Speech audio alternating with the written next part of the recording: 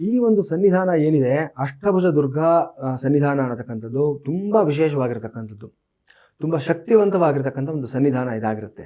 ಯಾಕಂದರೆ ಇದರ ವೈಶಿಷ್ಟ್ಯಗಳು ಒಂದೂ ಎರಡೂ ಅಲ್ಲ, ಬಹಳಷ್ಟು ವೈಶಿಷ್ಟ್ಯಗಳಿದೆ ಈ ದೇವಸ್ಥಾನದಲ್ಲಿ. ಈಗ ನಮ್ಮ ವೀಕ್ಷಕರು ಸಹ ಗಮನಿಸಬಹುದು, ತೆರೆಯ ಹಿಂದೆ ಇದರದೊಂದು ವಿಜುವಲ್ಸ್ ಎಲ್ಲ ಸಹ ಪ್ಲೇ ಆಗ್ತಾ ಇದೆ. ಅಷ್ಟಭುಜ ದುರ್ಗಾ ಅಂದರೆ 8 ಭುಜಗಳಿರ್ತಕ್ಕಂಥದ್ದು, ಎರಡೂ ಕಡೆ 4 ಕೈಗಳಿರ್ತಕ್ಕಂಥ ದುರ್ಗಾದೇವಿಯ ಒಂದು ಸ್ವರೂಪ. ಅದಕ್ಕೆ ವಿಧ ವಿಧವಾದ ಪದಾರ್ಥಗಳಿಂದ ಅಭಿಷೇಕ ಮಾಡ್ತಾ ಇರತಕ್ಕಂಥದ್ದನ್ನು ನಮ್ಮ ವೀಕ್ಷಕರೆಲ್ಲರೂ ಸಹ ಗಮನಿಸಬಹುದು. ಈ ಥರದ ಒಂದು ಸ್ವರೂಪ ನೋಡೋದಕ್ಕೆ ನಮಗೆ ಸಿಗೋದೇ ಬಹಳ ಅಪರೂಪ ಆಗಿರುತ್ತೆ. ಕರ್ನಾಟಕದಲ್ಲೂ ಒಂದು ಕಡೆ ಇದೆ, ಇಲ್ಲೇ ರಾಮನಗರದ ಹತ್ತಿರದಲ್ಲಿ. ಆ ಸನ್ನಿಧಾನದ ಬಗ್ಗೆಯೂ ಅಷ್ಟೇ ನಾನು ಅತಿ ಶೀಘ್ರದಲ್ಲೇ ಮಾತನಾಡ್ತೀನಿ.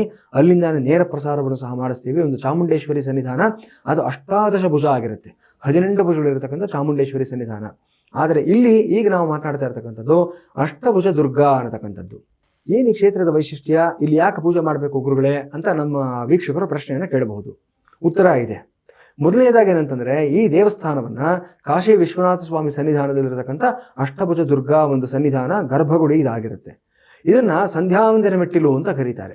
ತಮಿಳುನಾಡಿನಲ್ಲಿ ಸಂಧ್ಯಾವಂದನೆ ಅಂತಂದರೆ ಪ್ರತಿದಿನವೂ ಸಹ ಬ್ರಾಹ್ಮಣರು, ಕ್ಷತ್ರಿಯರು, ವೈಶ್ಯರು ಅಂದರೆ ಉಪನಯನ ಸಂಸ್ಕಾರ ಆಗಿರತಕ್ಕಂಥ ವ್ಯಕ್ತಿಗಳು 3 ಹೊತ್ತು ಮಾಡಬೇಕಾಗಿರತಕ್ಕಂಥ ಒಂದು ದೇವತಾ ಪೂಜೆ ಆಗಿರುತ್ತೆ, ಸಂಧ್ಯಾವಂದನೆ ಅನ್ನತಕ್ಕಂಥದ್ದು.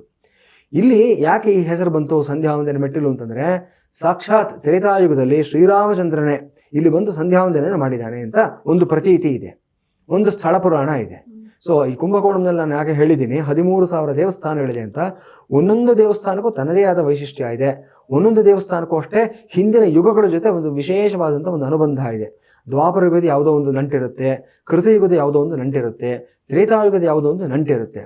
ಇದೆಲ್ಲ ನಾವು ನಂಬಲ್ಲ ಗುರುಗಳೇ ಅಂದರೆ ಅಂಥವ್ರು ನಾವೇನು ಹೇಳೋದಕ್ಕೆ ಸಾಧ್ಯವಾಗೋದಿಲ್ಲ. ಆದರೆ ಯಂಗ್ಸ್ಟರ್ಸ್ ಇವತ್ತು ಬಹಳಷ್ಟು ಜನ ನೋಡ್ತಾ ಇದ್ದೀನಿ, ಅದೇ ಬಹಳ ಸಂತೋಷ ಆಗ್ತಕ್ಕಂಥ ವಿಚಾರ.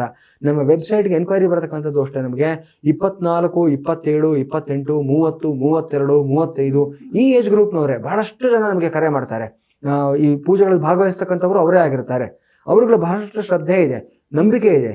ಜ್ಯೋತಿಷ್ಯನೂ ಅಷ್ಟೇ ತುಂಬ ಶ್ರದ್ಧೆಯಿಂದ ಫಾಲೋ ಮಾಡ್ತಾರೆ. ಬರೀ ಫಾಲೋ ಮಾಡೋದಲ್ಲ, ಎಷ್ಟೋ ವಿಷಯಗಳನ್ನ ಅವರೇ ತಿಳ್ಕೊಂಡಿರ್ತಾರೆ. ಯಾಕಂದರೆ ಅವರೆಲ್ಲ ಇವತ್ತು ಇಂಟರ್ನೆಟ್ ಸಾವಿ ಆಗಿರ್ತಕ್ಕಂಥ ಜನ್ರೇಷನ್ನು. ನಾನು ಏನು ಹೇಳ್ತೀನಿ ಇಮಿಡಿಯೇಟಾಗಿ ಗೂಗಲಲ್ಲಿ ಟೈಪ್ ಮಾಡಿ ಸರ್ಚ್ ಮಾಡ್ತಾರೆ. ನಾನು ಹೇಳಿರೋ ಮಾಹಿತಿ ಕರೆಕ್ಟ್ ಇದೆಯಾ ಇಲ್ವ ಅಂತ ಅವರೇ ಚೆಕ್ ಮಾಡ್ಕೊಳ್ತಾರೆ. ಕನ್ಸಲ್ಟೇಷನ್ಗೆ ಬಂದಾಗಲೂ ಅಷ್ಟೇ ಎಷ್ಟೋ ಬಾರಿ ಈ ಥರ ಅನುಭವ ನಮ್ಗೆ ಆಗ್ತಾ ಇರುತ್ತೆ.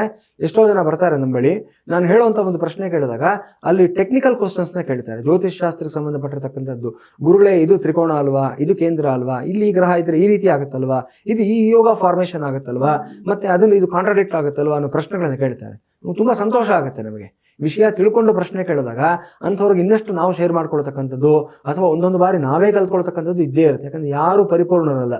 So coming back to the point, ಈ ಅಷ್ಟಭುಜ ದುರ್ಗಾ ಅಭಿಷೇಕ, ಈ ಒಂದು ಕ್ಷೇತ್ರದ ಸನ್ನಿಧಾನ, ಇದ್ರ ಬಗ್ಗೆ ನಾವು ಮತ್ತೊಮ್ಮೆ ಇನ್ನಷ್ಟು ಮಾಹಿತಿಯನ್ನು ನಾವು ಗಮನಿಸಿದ್ದಾದಲ್ಲಿ, ಈ ಕ್ಷೇತ್ರದಲ್ಲಿ ಸಾಕ್ಷಾತ್ ಚಂದ್ರಶೇಖರೇಂದ್ರ ಸರಸ್ವತಿಗಳು ಅಂದರೆ ಕಂಚಿ ಮಠದ ಒಂದು ಹಿಂದಿನ ತಲೆಮಾರಿನ ಜಗದ್ಗುರುಗಳು ಯಾರಿದ್ರು ಅವರೇ ಬಂದು ಈ ದುರ್ಗಾದೇವಿಯ ಒಂದು ವಿಗ್ರಹವನ್ನು ಸ್ಥಾಪನೆಯನ್ನು ಮಾಡಿದ್ದಾರೆ.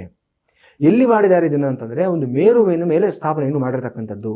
ಶಂಕರಾಚಾರ್ಯರು ಯಾವ ಕ್ರಮದಲ್ಲಿ ಮಾಡ್ತಾ ಇದ್ರೋ, ಎಲ್ಲೇ ಹೋದರೂ ಸಹ ಸ್ಫಟಿಕದ ಮೇಲಾಗಲಿ, ಮೇರು ಚಕ್ರದ ಮೇಲಾಗಲಿ, ಶ್ರೀಚಕ್ರದ ಮೇಲಾಗಲಿ ಒಂದು ವಿಗ್ರಹಗಳನ್ನು ಗರ್ಭಗುಡಿಯಿಂದ ಸ್ಥಾಪನೆ ಮಾಡ್ತಾ ಇದ್ರು. ಅದೇ ಕ್ರಮವನ್ನು ಇವತ್ತಿಗೂ ಅಷ್ಟೇ ಕಂಚಿ ಮಠದ ಒಂದು ಜಗದ್ಗುರುಗಳು, ಶೃಂಗೇರಿ ಮಠದ ಜಗದ್ಗುರುಗಳು ಅದೇ ಪರಂಪರೆಯನ್ನು ಅನುಸರಿಸ್ತಾ ಇದ್ದಾರೆ. ಅವರ ಅಮೃತ ಹಸ್ತದಿಂದ ಎಲ್ಲೆಲ್ಲಿ ಸ್ಥಾಪನೆ ಆಗಿರುತ್ತೋ ಆ ಎಲ್ಲ ಸನ್ನಿಧಾನಗಳಲ್ಲಿ ವಿಶೇಷವಾದ ಶಕ್ತಿ, ಚೈತನ್ಯ, ಅನುಗ್ರಹ, ಕೃಪಾ ಪ್ರಸಾರ ಮಾಡತಕ್ಕಂಥ ಒಂದು ಸಾಮರ್ಥ್ಯ ಆ ವಿಗ್ರಹದಲ್ಲಿ ಇದ್ದೇ ಇರುತ್ತೆ. ಇಲ್ಲಿ ಯಾವುದೇ ಅನುಮಾನ ಇಲ್ಲ.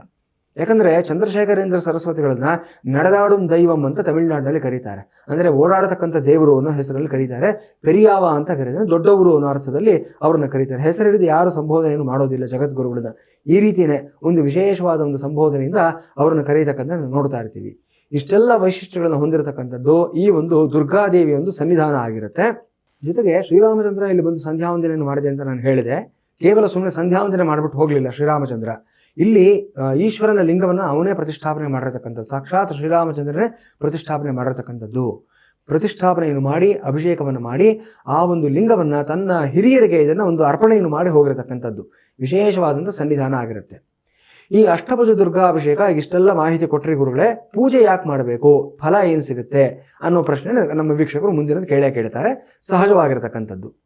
ಯಾರಿಗೆ ಜಾತಕದಲ್ಲಿ ರಾಹುಕೇತು ದೋಷಗಳಿರುತ್ತೆ ಅಂಥ ವ್ಯಕ್ತಿಗಳು ಈ ಅಷ್ಟಭುಜ ದುರ್ಗಾ ಸನ್ನಿಧಾನದಲ್ಲಿ ಅಭಿಷೇಕವನ್ನು ಮಾಡಿಸೋದ್ರಿಂದ ತುಂಬ ಶೀಘ್ರವಾಗಿ ನಿಮಗೆ ಆ ದೋಷದಿಂದ ಪರಿಹಾರ ಸಿಗುತ್ತೆ. ಎಷ್ಟೋ ಬಾರಿ ರಾಹುಕೇತು ಪೂಜೆಗಳಿಗೆ ನಾವು ಹೇಳ್ತಾ ಇರ್ತೀವಿ, ನಾವು ಕಾಳಸರ್ಪ ಶಾಂತಿಯನ್ನು ಮಾಡಿಸಿ ಅಥವಾ ಕಾಳಹಸ್ತಿ ಅನ್ನತಕ್ಕಂಥ ಕ್ಷೇತ್ರಕ್ಕೆ ಹೋಗಿ ಬನ್ನಿ.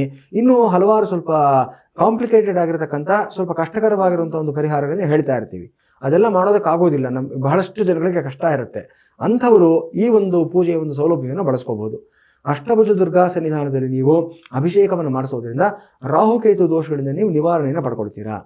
ಜೊತೆಗೆ ಯಾವುದೇ ರೀತಿಯಾದ ನಕಾರಾತ್ಮಕವಾದಂಥ ಶಕ್ತಿಗಳು ನಿಮ್ಮನ್ನು ಬಾಧಿಸ್ತಾ ಇದೆ, ದುಷ್ಟ ಶಕ್ತಿಗಳು ನಿಮ್ಮನ್ನು ಕಾಡ್ತಾ ಇದೆ ಅನ್ನೋದಾದ ಪಕ್ಷದಲ್ಲಿ ಅಂಥವ್ರಿಗೂ ಅಷ್ಟೇ ಇಲ್ಲಿ ಮಾಡಿಸ್ತಕ್ಕಂಥ ಅಭಿಷೇಕ ಸಂಪೂರ್ಣವಾದಂಥ ವಿಮುಕ್ತಿಯನ್ನು, ರಕ್ಷಣೆಯನ್ನು ನಮಗೆ ಕೊಡುತ್ತೆ.